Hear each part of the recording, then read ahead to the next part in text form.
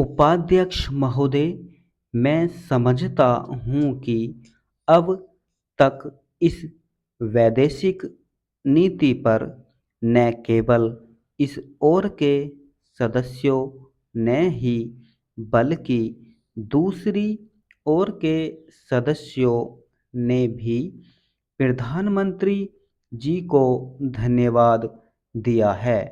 इसलिए मैं अपनी तरफ से धन्यवाद देकर उनका बोझ बढ़ाना नहीं चाहता।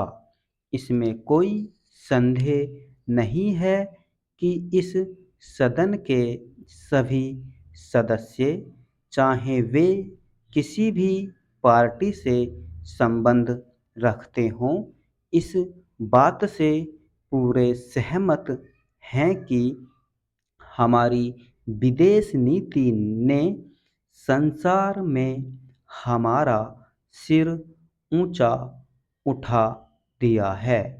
हमने पंचशील के सिद्धांत को संसार के सामने रखा है।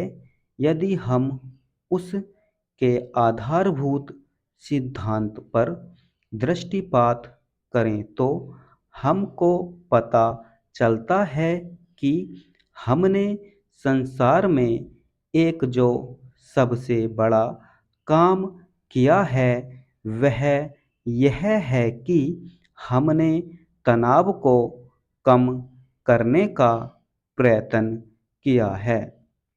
जिस समय हमने नई नई स्वतंत्रता प्राप्त की तो हमारे सामने बहुत से प्रश्न थे। उनके साथ ही हमारे दो बड़े गुट थे जो कि एटम बम और दूसरे बम लिए हुए हमको चुनौती दे रहे थे कि अगर हमने उनमें से किसी एक जुट में सम्मिलित नहीं हुए तो हमको बड़ी कठिनाई होगी।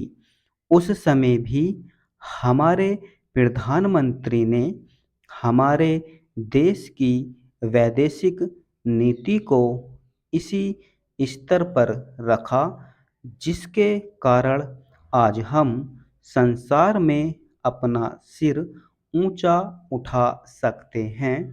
हमने जो संसार के सामने पंचशील के सिद्धांत को रखा उसका सबसे बड़ा फल यह हुआ कि एक सम्मेलन हुआ जिसकी ओर मैं आपका ध्यान दिलाना चाहता हूँ।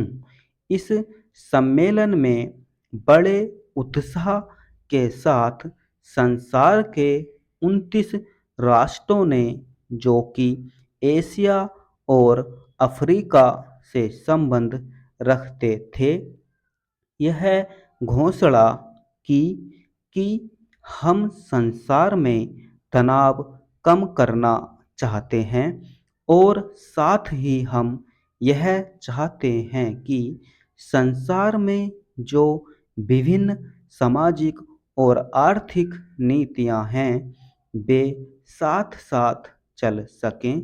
हमारी वैदेशिक नीति में जो सबसे महत्वपूर्ण चीज़ है वह है सह अस्तित्व की भावना। उसी भावना के फलस्वरूप हम देखते हैं कि आज कोरिया का युद्ध नहीं हुआ जो कि एक तीसरे विश्व युद्ध के रूप में परिवर्तित हो सकता है। हमारी इस नीति के कारण हमारे अमरीकी मित्र हमसे कुछ अप्रसन्न भी हो गए, लेकिन यदि हम ऐसा न करते तो आज संसार को तीसरा युद्ध देखना पड़ता। मैं बहुत ज़्यादा समय नहीं लूँगा, थोड़ा ही समय लूँगा। स्टॉप।